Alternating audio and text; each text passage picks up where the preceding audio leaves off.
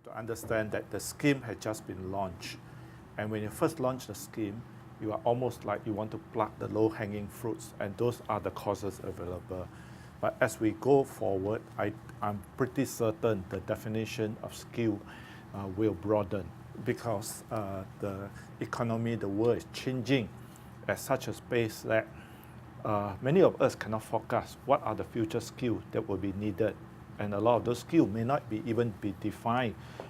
in the courses that we are available today. The only point I think we also have to be mindful about is we do need to ensure that there's a framework to ensure that when people attend some of these courses or take advantage of the skill future, is it in areas that are really having something for students to pursue a real interest or learn something really useful, and not create another industry that just concentrated on how to tap the fund